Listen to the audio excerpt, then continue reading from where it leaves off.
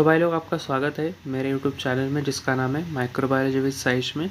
और इस वीडियो में हम जो पॉइंट है उसका नाम है एंजाइम सब्सट्रेट कॉम्प्लेक्स डिस्कस करने वाले। तो और इस चैनल पे आप नए हो तो चैनल को सब्सक्राइब कर देना और इस वीडियो को लाइक भी कर देना। तो चलिए फिर पॉइंट पर आते हैं। तो सबसे पहले जो एंजाइम सब्सट्रेट कॉम्प्लेक्स होता है वो आप जान ले कि वो टेम्परेरी स्ट्रक्चर होता है, मतलब कि वो परमानेंटली अटैच कॉम्प्लेक्स नहीं होता है। जैसे कि एक एंजाइम होता है, उसको एक स्पेसिफिक मॉलिक्यूल आकर बाइंड होता है जो कि सबस्ट्रेट होता है, और उसके साथ साथ वो जो बाइंडिंग होती है हम उसको कॉम्प्लेक्स कहते हैं, एंजाइम सब्सट्रेट कॉम्प्लेक्स। और उसके बाद ये जो एंजाइम सब्सट्रेट कॉम्प्लेक्स है उससे हमें एक प्रोडक्ट मिलता है, और जो एंजाइम होता है वो हमें फिर से हम उसको रिसाइकल करके उसको हम जो भी कैटालाइटिक एक्टिविटी होती है उस पर हम यूज़ कर सकते हैं। और इसके साथ साथ ये जो केमिकल रिएक्शन वगैरह है उसको स्पीड अप करने के लिए, उसका रेट स्पीड अप करने के लिए ये जो एंजाइम सबस्ट्रेट कॉम्प्लेक्स है बहुत क्रूशल मतलब कि रोल प्ले करता है कैटालाइटिक एक्टिविटी में। तो ये हो गया इंट्रोडक्शन। तो हम एंजाइम क्या होता है तो अब डिस्कस करते हैं। और biological molecule that act as a catalysed accelerating the chemical reaction without being consume in the process. और तो सबसे पहले जो एंजाइम है वो एक बायोलॉजिकल मॉलिक्यूल है, वो कैटलाइज्ड एक्ट करता है जिसके माध्यम से मतलब कि वो केमिकल रिएक्शन को एक्सिलरेट करता है बट खुद कंज्यूम नहीं होता है at the end of the process और इन द प्रोसेस। तो मतलब कि उसको सिर्फ एक एक्सीलरेट करने का मतलब कि इन्हांस करने की जो कि फंक्शन वगैरह है वो हम दिया जाता है केमिकल रिएक्शन का। The enzyme have a specific active site reaction with a unique shape that allow only to specific substrate to bind। और जो एंजाइम वगैरह होते हैं उसमें एक स्पेसिफिक एक्टिव साइट दिया होता है,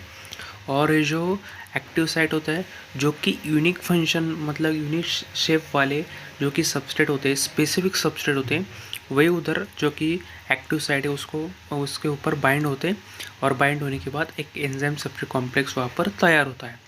और सबस्ट्रेट क्या होता है वो हम डिस्कस करते हैं। जो सबस्ट्रेट होता है वो एंजाइम के ऊपर एक्ट होता है, जिसके माध्यम से जो कि सबस्ट्रेट है वो बाइंड होता है एंजाइम के एक्टिव साइट पर, जिससे कि उसमें बाइंड होने के बाद एंजाइम सबस्ट्रेट कॉम्प्लेक्स फॉर्मेशन होता है। तो ये जो substrate complex enzyme substrate complex मतलब कि उसका फॉर्मेशन कैसे होता है वो हम डिस्कस करते हैं अभी। सबसे पहले जो कि एंजाइम और सबस्ट्रेट है वो पहले तो क्लोज आते हैं, मतलब कि एक रैंडम मोमेंट में वो अप्रॉक्सीमेटली वो क्लोज आते हैं। उसके बाद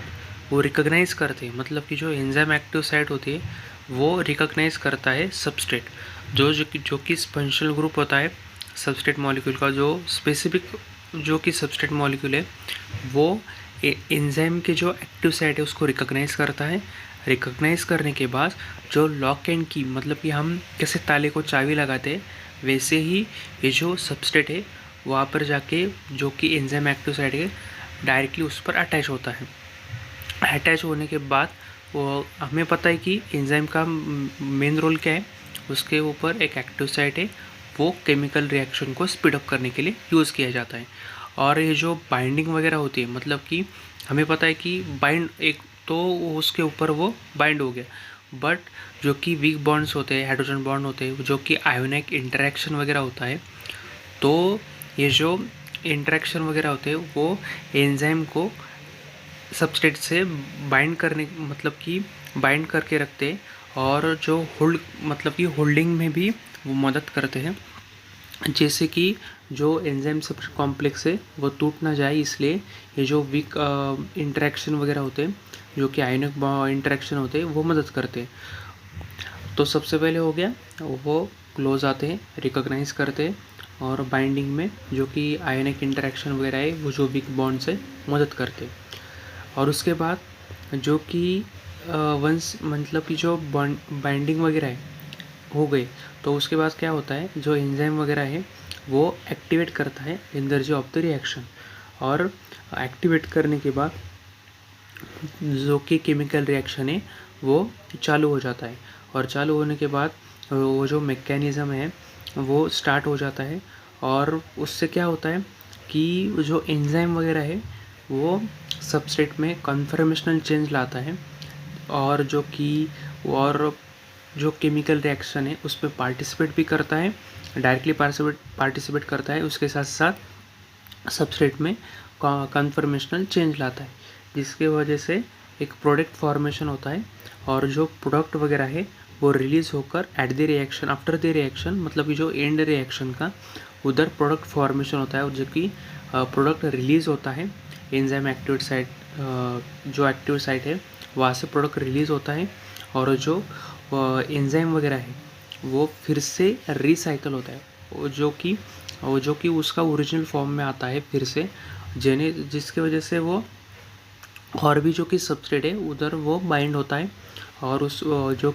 सबस्ट्रेट है उसको भी केमिकल रिएक्शन में मदद करता है, और एक प्रोडक्ट फॉर्मेशन उसके बाद होता है। और ये जो साइकिल है, एंजाइम की एक्टिव साइट को सबस्ट्रेट बाइंड होता है और एक प्रोडक्ट फॉर्मेशन होता है, उसके बाद जो एंजाइम होता है वो फिर से रिसाइकल होता है, वो उसके ओरिजिनल फॉर्म में आता है, फिर से एक और जो सबस्ट्रेट है उस पर बाइंड होता है। ये जो कि साइकिल है वो कंटिन्यूसली चालू रहती है, उसके माध्यम से हमें जो एंड प्रोडक्ट है वो एक प्रोडक्ट मिलता है, और वो जो प्रोडक्ट है वो बाद में बहुत सारे जो कि फंक्शन वगैरह है उसमें काम आता है। तो एकदम सिंपल प्रोसेस है। सबसे पहले जो एंजाइम वगैरह है वो सबस्ट्रेट वगैरह है वो क्लोज आते हैं, क्लोज आने के बाद तो वो रिकॉग्नाइज़ करता है एक्टिव साइट को सबस्ट्रेट, उसके बाद वीक इंटरेक्शन वहाँ पर होता है, वीक इंटरेक्शन होने के बाद उसमें जो एंजाइम है वो सबस्ट्रेट को चेंज वगैरह करता है, और जो कि केमिकल रिएक्शन में पार्टिसिपेट करता है, और उसके बाद जो कि रिएक्शन होने के बाद जो कि प्रोडक्ट फॉर्मेशन होता है उसको रिलीज़ करता है, रिलीज़ करने के बाद जो एंजाइम वगैरह है वो ओरिजिनल फॉर्म में डायरेक्टली आ जाता है, और जो कि अदर जो कि सबस्ट्रेट है वो बाद में उसमें बाइंड होते हैं। तो इस वीडियो में हमने देखा कि जो एंजाइम सबस्ट्रेट कॉम्प्लेक्स क्या होता है, और एकदम इन डिटेल हमने स्टडी किया है। तब भी आपको जो कि कुछ प्रॉब्लम्स वगैरह होगी, कोई आपको जो टॉपिक है वो समझ में नहीं आया होगा, तो आप मुझे कमेंट कर सकते हो। तो ये वीडियो का हम एंड करते हैं। अगली वीडियो में ऐसे हम इंटरेस्टिंग जो कि टॉपिक्स वगैरह है माइक्रोबायोलॉजी रिलेटेड हम डिस्कस करते रहेंगे। तो चलिए फिर मिलते हैं ऐसे इंटरेस्टिंग वीडियो के अंदर, तब तक के लिए बाय।